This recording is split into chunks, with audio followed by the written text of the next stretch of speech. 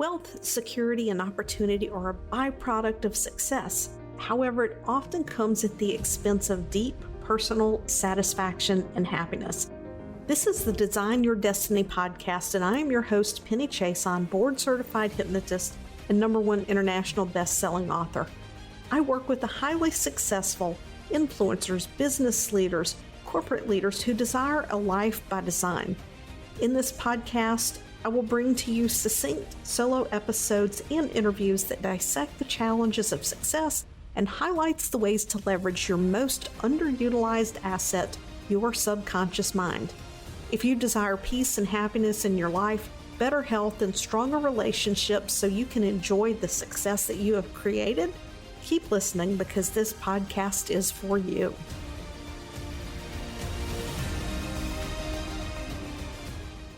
Hey, everybody, it's Penny. I'm back for another episode of Design Your Destiny. And you know that something that is so important to me is identity. It's authenticity. It's about revealing your true self by shucking the layers of indoctrination or domestication that we have experienced so that you can lead your most fulfilled life, so that you can tap into that soul satisfaction in whatever it is that you do, because wealth, achievements, they fall flat if we don't enjoy what it is that we are doing. And I'm back with another guest this week who helps people position themselves. She's a marketing expert. She used to be in corporate. She left 13 years ago to open her own business. She works with entrepreneurs, small business owners, and she very well knows the importance of being your true self and the internal connection to creating your external reality of success. I would love to introduce you to Patty Dominguez. And in full transparency, this is a full circle moment for me because in January of 2020, Patty's podcast, Positioning to Profit, was the third podcast I was ever on. And I remember my knees were knocking, my palms were sweating because I just so much didn't want to screw it up. And now here I am. I just fly by the seat of my pants. We just riff and we go where it goes, and it feels so good. So Patty, welcome. I know that we were talking just a few minutes ago, and as all healthy businesses do, we shift and we change, we evolve, because otherwise we stagnate and our business won't necessarily grow. So I would love for you to share whatever it is that you're ready to share to add to your introduction so people can know you a little bit better. Thank you, Penny. Thank you for the opportunity to be on your show. I so appreciate you. I know you are a tremendous entrepreneur because you're someone that I always see as just trustworthy. You have the utmost highest level of integrity. So what you stand for is everything that I really connect with as well. So I so appreciate you inviting me to be on. So it's truly, truly an honor. And I think one of the biggest things that I don't want to gloss over is you said it first, is you coming on my podcast. I had no idea that it was the third podcast you had ever been on. And I think that what's really important to acknowledge is the fact that you came on the podcast in spite of the tremendous uncomfortability. You did it anyway. And I think that is paramount to entrepreneurial growth, is really recognizing that nobody escapes that truth. The truth that when you're expanding your horizons, when you're getting out of your comfort zone, that's just part of the game. So when I always look at it like, if we recontextualize it, like, oh, fun, I'm super uncomfortable AF. And now I have to step into this newness of doing something.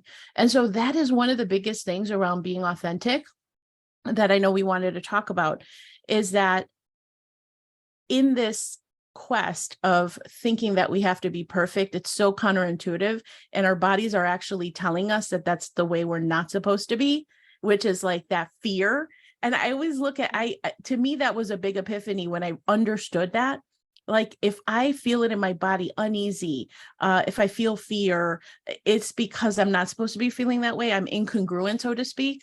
And when I just release, and to me, I could tell a little story of this big epiphany that I had when I was doing hot yoga, and I was in this position. I wanted to do a headstand. I had been practicing for a really long time. And then I had always been such a heartaholic in my life. I don't know if anybody here is listening to say, oh my gosh, that's me too. I actually had a business coach, which at the time was really not very popular in 2012 when I was looking to get out of corporate. And he said, you 100% are top 10 heartaholics I've ever coached, and I've coached thousands of people. He's like, why do you make it so hard on yourself? And it was because of my conditioning, the way that I was brought up, the 2,000 meals that I was having with my family when I was growing up, Exactly. to make it sound like everything has to be hard. And so fast forward, I'm in this hot yoga class, and I was trying to do a headstand, and I had the teacher come up to me, and she was helping me through it. And she's like, just go ahead, kind of ease into it. She's like, no. And I said to her, I'm like, no, I'm far off. I'm far off. And she's like, no, you're not. Just let go. And when I did, it turns out I was literally maybe a half an inch away from the thing that I had seen as something so big. In my head, I had made it up to be so impossible. And it turned out that I was only a half hour or half inch away. Just let go. And I think that is really one of the key principles for putting yourself out there authentically, doing it in spite of fear and all those things. That is one of the biggest lessons that I have learned through this trajectory of being an entrepreneur. Yeah. And one of the greatest reframes that I have created around this, because coaches, I mean, and we pass it down from what we learn, right? We're like, you know what, you're always going to have to face fear in business. And my big reframe for this is, when we're outside of our comfort zone, there's uncertainty.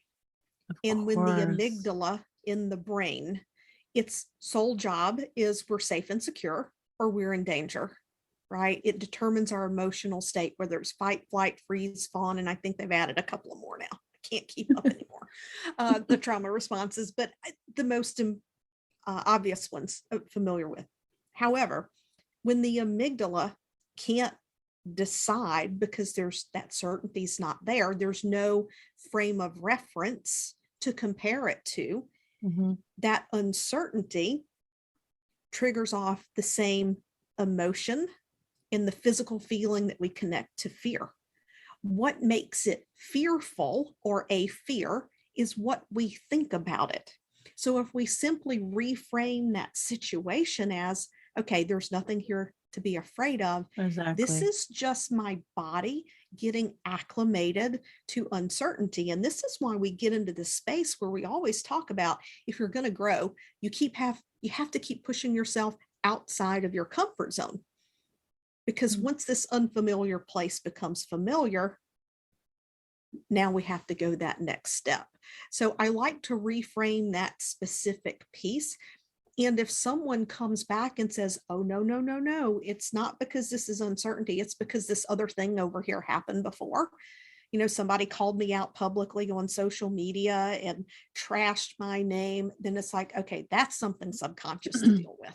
That's completely different than just being outside your comfort zone. So that's one of the things I work with my clients around, that uncertainty is their playground of possibility. Because we can choose powerful in that moment to move positive, or we can regress based on fear-based thinking, or we can stagnate and do nothing. Exactly. And so I think that's so beautifully stated, because when you realize these are the choices you have on the table, which do you want?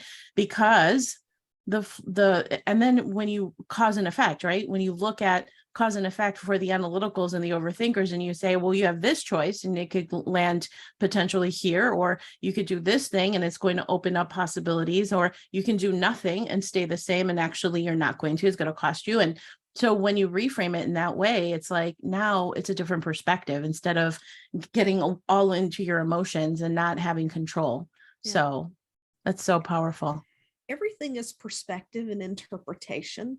And I think that really ties back into the authenticity piece that I mentioned in the beginning, because authenticity means something different to different people. Some For some people, authenticity, they equate it with being vulnerable, putting all of your public stuff out there. For me, authenticity means living true to the path that you're supposed to be on. It's that thing that you feel pulled to do. For me, leaving anesthesia, which is like rock solid, well-paying job, and everybody looking at you and like, are you crazy? You went to school for this many years. You've had so many thousands of dollars in student loans, and you're going to walk away and open a hypnosis practice? Why, by God, yes, I am. Right? Because that was where my heart path was taking me. It's where my soul was taking me. And to me, that is the true authenticity, is to live what's true to you, not what everyone is telling you to do, and to express what's on your heart in that process. How do you frame authenticity? And how do you help people bring that in? Well, maybe not necessarily how you help people bring that into their business, but how do you see that connecting with the success of their brand and what they do? Oh, I love it. Well, I always look at the whole idea. I mean, just from a positioning standpoint, the interesting thing about positioning is in premise, right? From a marketing standpoint, it's like, okay, what is it that makes you new, unique, and interesting, right? And so the whole thing around the uniqueness, at the end of the day, we're counting on differentiation. And so it seems counterintuitive for those people. And for a while, there was this whole boss babe vibe going on online where everyone had the same website. And oh my gosh, I was a mortified. Anyway, I'll tell you a little story there. I had a client of mine. She's she had her own practice, a doctor with her partner, and really successful, so brilliant. And she had thought about, oh, I need pictures for my website. So somebody had said, oh, you got to check out this photographer. She has a whole package that she does. You fly to Miami. And as I was looking at the portfolio for the branding work, it was basically boilerplate. Here's a vat of sprinkles, and it was her on a swing, and then this other one in like this candy colored background, and it was very pop art kind of thing. Now, if you were to see my client, she was more very much an academician, sage, wisdom is what would come to mind. And we looked at it and we're like, this is the most ridiculous thing I've ever seen. So this is the reason I bring this up is that there are going to be people, courses, coaches, or whatever that try to shoehorn you into this one way of being. And that is so not the way to do it. And I think it's because in good faith, they might be thinking, oh, this is the formula that has worked for this person. So maybe if we duplicate that for you, it'll work for you. But the fact of the matter is you're only going to be at the very best, a second-rate version of that persona that you've been trying to copy. And so this copycat marketing is costing you so much because it doesn't fool anybody. Everybody is seeing that it's just more of the same noise, and it waters down the real you that is intended, that is wanting to come out, that is the thing that is going to attract those people you're meant to serve. And so that's where I really think is the big opportunity, is letting go of what those different types of like cookie cutter turnkey ways, and find your own way, whatever it is. Because there's a really brilliant blog post by Kevin Kelly called 1,000 Raving Fans. I think it's 1,000 True Fans, I believe. And so he just talks about, it's like we have this notion that we have to boil the ocean in order to be successful. And that's absolutely not the case. It's a matter of connecting and finding those 1,000 true fans. So in the microcosm of the human population, 8 billion, you can find your 1,000 true fans. So yeah, there's the opportunity. I love that you bring this up, because I have a wide variety of people that listen to the podcast, but I do have a mentorship for people who are brand new to business, and it's the aligned business mentorship. And there is no cookie cutter. I'm like, you find the social media cadence that works for you, you be consistent. If you don't want to be on every platform, Don't be on every platform. Find your one platform and find your people. And I think that's so important because we get in, I was there once, where we're chasing the shiny objects.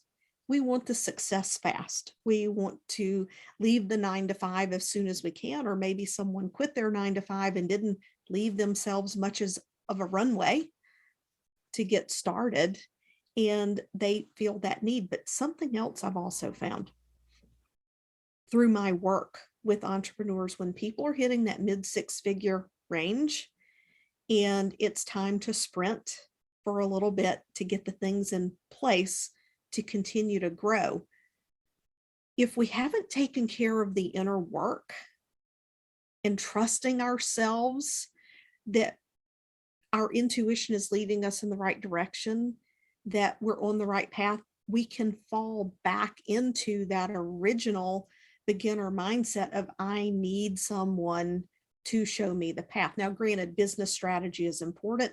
When you have those next level growth spurts in your growing team, we still don't know what we don't know from an operations perspective. I had Jonna Lee on the podcast.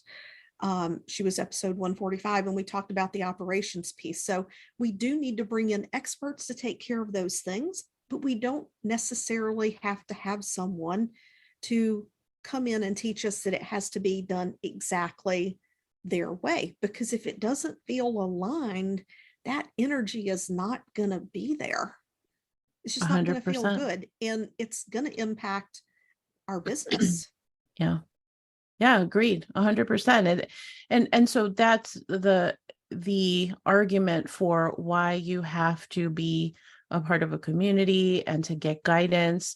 Let a really great coach like Penny, let her hindsight be your foresight. And that's going to save you a whole lot of time. You know what I mean? Because that's the one thing, is that when I bring on a client, I'm like, do me a favor, promise me that for 100 days, you're just going to let your credit card cool off. You're not going to throw more money at the problem or the red shiny object. Because as a marketer, and I am such a passionate advocate person for copywriting, I love great copywriting.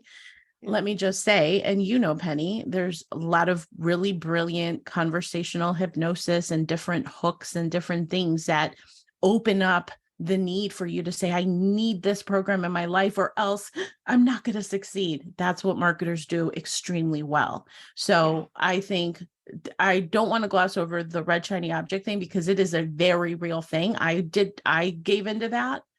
And then I was like, what am I looking for externally that is not being met? Why? Because I was looking externally for the answers when the answers were within. For me to do the inner work. And that's what I think you're also talking about. It's like, you got to do that before you go into the outside, because you can have the best strategy in the world. And have you ever looked at two different people take the same course? One does nothing with it. The other one just rocks it out and just skyrockets their business. Same content, but it's the person that comes to the table that is bringing their version of themselves. And this is where, again, I've personally gone through it as well. I look over and I'm like, really, that person, she's not smarter than I am. Well, but I have more noise in my head. You know what I mean? So that's where it's critical. Confusion. It creates confusion, and it creates self-doubt, right? And one of the things that I do now is, when I'm on social media and I'm working through things, I don't scroll, but I will spend a part of my time scrolling to interact and to engage. But when I'm doing focused work, I'm not scrolling, because the way that the subconscious works is these apps are designed to pull us in and to hypnotize us. One of the easiest characteristics to know if you have been in a state where you have been more suggestible and you're in that hyper-focused state of attention is time distortion. If you thought it was 10 minutes and it was 2 hours, what did you absorb in that 2 hours? Because we definitely pick it up. And I tell my mentorship, I don't want to call them students, clients. I tell them, when you're scrolling social and you're feeling like, I have to have this thing, it's neural persuasion marketing. Of It course. appeals to your desires, and it's more of our 3D desires than our soul desires, Yeah. most of the time. So you and I were talking before we connected, Mhm, and you mentioned about being perfect, mhm. uh, doing the handstand. And I think there's a difference between things working to perfect our processes, working to perfect our delivery versus perfectionism. I believe they're two different things. Mhm. We should always, I think, strive to some degree to see how we can optimize and do better. But perfectionism can hold a lot of people back. And I love that you brought up the creator economy. I Mhm. would love for you to dive into that, especially with marketing being your expertise and how that ties back to this inner work and authenticity and identity.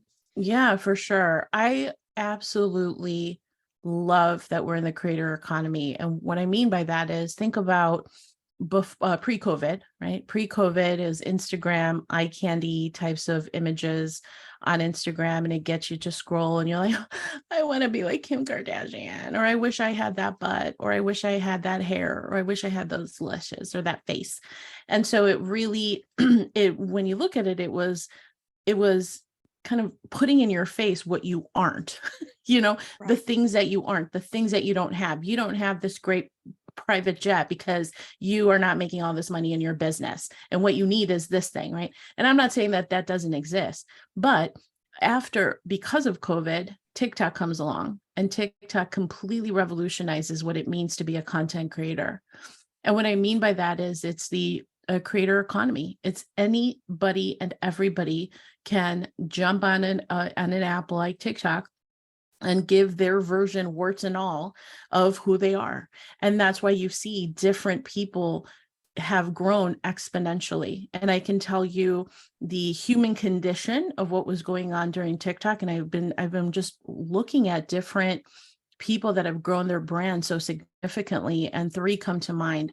There's a guy, I think his name is Kevin Lee, and he lives in Vegas, and his whole thing is like, I love small businesses and I want Keith to Lee. save small business. Keith Lee, is it Keith? Keith Lee. Yeah, Keith you're Lee, talking thank about you. that he He eats, does food reviews. there you go. Yes. Okay, this brilliant person. So some people say, don't bring anything about Jesus and God into your business, keep that out. He doesn't care. He's like, this is me. He talks about his struggles and how he was just the most authentic, beautiful soul going into a local business. He buys he'll go into a business that's really struggling, and then he'll buy some food and he'll give his honest review. He cannot be bought, by the way. And he says that. I'm going to give you my honest review. His channel has exploded. And why? He's just showing up. And at the beginning, he was doing his reviews and he's sitting in this like princess chair that for his Yes. daughter, and just, totally authentic, completely a regular dude. Amazing. This other person that I don't know, Penny, if you've seen, his name is Vic Blends. I love his channel. So he's on TikTok, he has YouTube and the whole thing. And he cuts hair. Okay. He's like a barber and he's tatted up. He's like a young guy, tatted up, and he was really struggling during COVID. I mean, think about it. Everything shuts down and all these things. So then he's like, all right, I'm just going to go to the street and just start to give, and I'm just going to give. I'm going to go in Atlanta. He would stand in the park and be like, hey, can I bless you with a haircut? And then he has people, he has a folding chair, his thing to cut hair and a thing to go over. And then people would sit in his chair and he's like, tell me about your story. Like, tell me who you are. And so people would say, oh, this is my story. This is what I want to do. And his whole vibe is about inspiring people. And in both of those cases, it's about triggering an emotion. It's a very high vibration emotion of love, acceptance. It's like that person is being seen. It's Yes. absolutely beautiful. And the third one that I think about that I've started to really look at, this guy in New York City, he's 28 or so, Moses the jeweler. He's on Jewelers Row, and young dude, they have a little kiosk. His dad and him own it, and he'll buy watches, and then like he sells watches and he gives people the deal. He's like, it's for the people, it's for the people. And then he does these TikTok videos, but he's always inspiring. He's always talking about like lead with love. It's all about love. And he's a giver. And then at random, he'll go out into the street. He's like, come on, you guys, let's go together. And he's being recorded. He's like, I'm going to go bless somebody today. And he goes out into the streets. Now, this is like inner city, New York, not high income individuals. And he just hangs out at the basketball court. And he's like, he's like, here's 20, here's 100 or whatever. He's just giving people, sharing hope, sharing love, being authentic. And what I'm recognizing is that in all of these cases, think about the vibratory scale of love and acknowledgement and giving. It's so beautiful what's happening. And I think these are the channels that have exploded. And in all of them, they have these corporate houses or agencies that go to them and be like, we want to bring you on. And then they're like, I don't want to change who I am. I don't want to change my vibe, because these corporations are grabbing these people and just saying, hey, now you can promote. And so now it's different though, because now it's framed in this is what you do. And this is the contract you sign. And I think those kind of people have to be really careful. Just keep it authentic. You'll do great on your own accord because you started this authentically and you can continue it authentically. And I see that all the time on platforms like TikTok. I think that's amazing. And I just want to say, I love hot wings. And the first video I ever saw Keith Lee, I forget which restaurant he went into, but they had burgers, they had hot wings, and he'd been in one of those hot wings. And I was like, how much would it cost me to get on a plane to go to Vegas right now? That is the power of being yourself. 100%. I love his chair, but I want to share something else here. Yeah. You were talking about the vibration of them being themselves. You and I talked earlier. When I work with clients, I hold a lot of space for my clients. And I know some people don't like that term, but I help people work through emotional things, beliefs that might be getting in their way. So I put a lot of intention and energy into the work that I do to not take that on and to be able to be objective to move a client through these things. So when you and I connected, I told you how today I was feeling one of those quiet, introspective days, and I was being intentional to bring the energy to this podcast. And you talking about Keith and Vic and Moses. Yeah. It shifted my energy like that. See, it's so beautiful, you guys. And if they can, you can. And if I can also just say, I have a client of mine. She's so lovely. I mean, so lovely. And she was struggling, and her thing executionally, you could give her anything and she's going to get it done. You could take it to the bank. She's like, why am I not getting my voice out there? Why am I not getting my voice out there? It's not. And I said, do you know why? Because this isn't the message that people want. So here's the one thing is that if you're solving for a real problem, right? That's the one thing that's going to help. So check in with yourself. Is it the right offer, et cetera? And the other thing about it is that she started kind of allowing the real expression of what she wanted to do on social media. And so she started playing around with that and people gravitated to it. And then the third thing is you have to be, and this is what I learned from a mentor of mine, and I am guilty of not being a practitioner of it, but when I've done it, it works. So it works is my net here, is that he said to me a long time ago, he's like, nobody is ever consistent.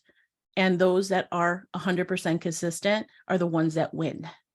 And so in the case of this particular client, she has dedicated this whole thing. She's like, I'm going to be on TikTok. I'm going to do 2 pieces of content a day. And now her channel is exploding. And it's because of that consistency. So I think the reality here is like, yes, be authentic. Don't be a copycat. Share authentically what's going on with you, whether you want to dance, you want to do this, or don't follow what everybody else is doing, follow what is right for you, and then do that mega consistently. And that's what it takes to win. That's literally what the equation is. Yeah, you mentioned earlier Instagram pre-COVID, right? That was such a turn off to me. Like Boss Babe, it was like nails on a chalkboard. The dancing trends, all of those things. It's like, that's not me. And I unapologetically, because a couple of years ago, I really wanted to elevate my brand. Mhm. And I bought into this notion that there was this program that could help me elevate that brand. And there were things that I took away from it that were positive, and that was that I had to dig deep and do a lot of internal work and stand in my belief that I don't have to change. I'm not going to put on blingy evening gowns and do these fancy photo. That's not me. So what did I Mhm. do? My photo shoot. I'm barefoot in the desert. Right? I'm in ripped jeans in the desert. Like, we zhuzhed it up a little bit, right? I Mhm. mean, you can dress me up and take me out. However, a lot of my pictures on my feed, I will go out in the pasture and I will snap selfies with Maggie and Molly. Maggie and Oh. Molly are my donkeys.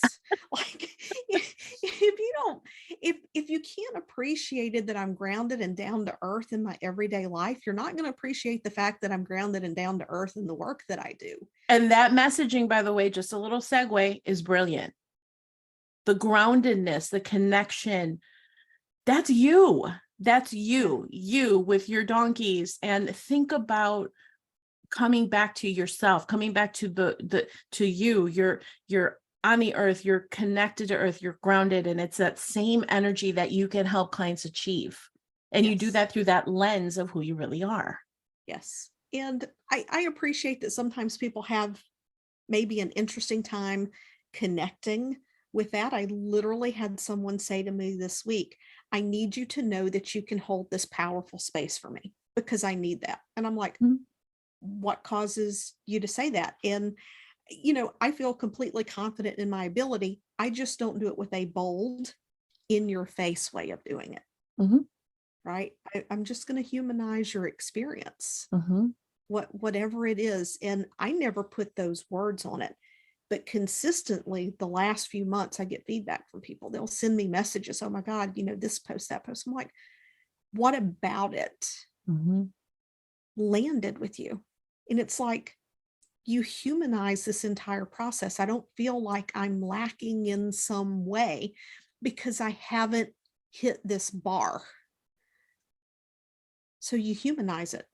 And I'm like, okay.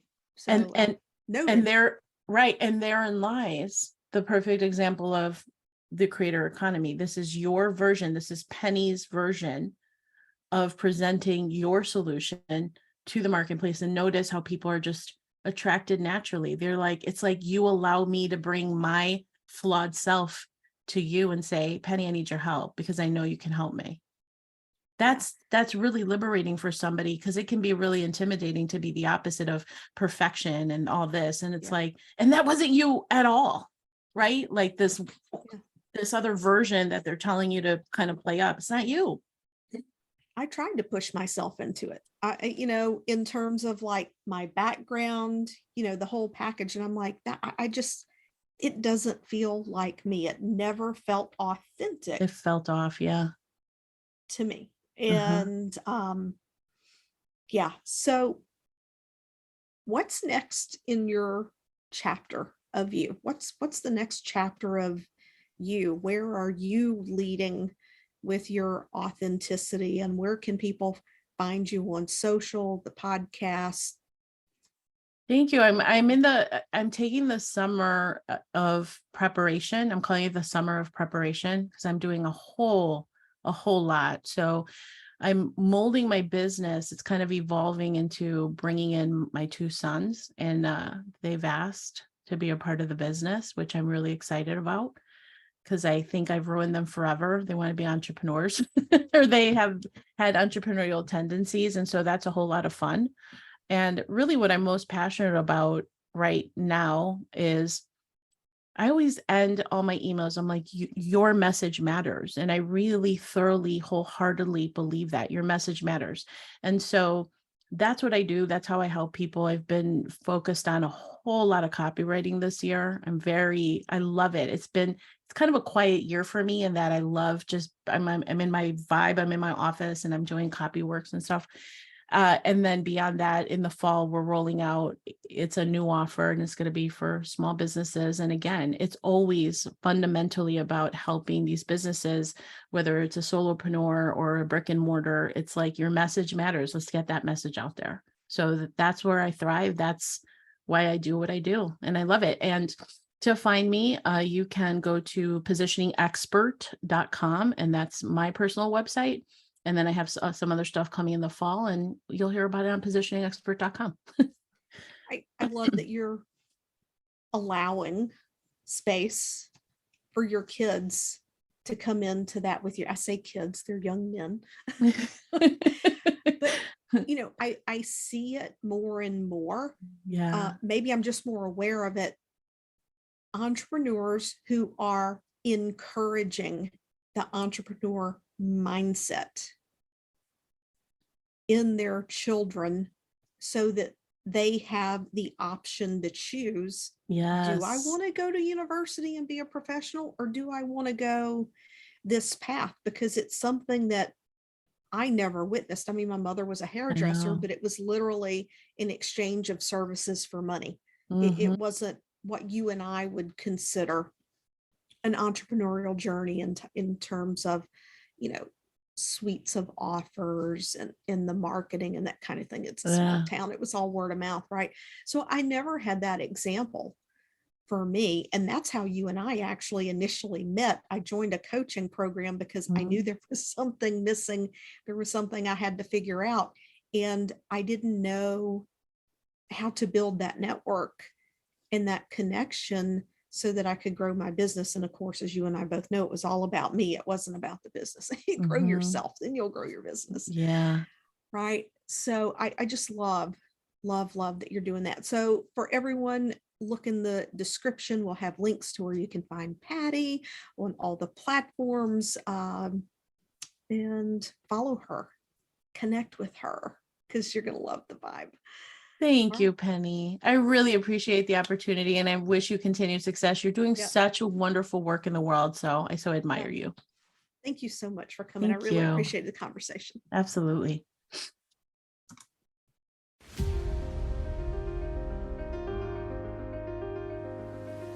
Thanks for listening to this episode of Design Your Destiny. I would love to know what resonated most with you. So just take a screenshot of this episode, share it over on your Instagram stories, and tag me at penny.chason and let me know what you thought.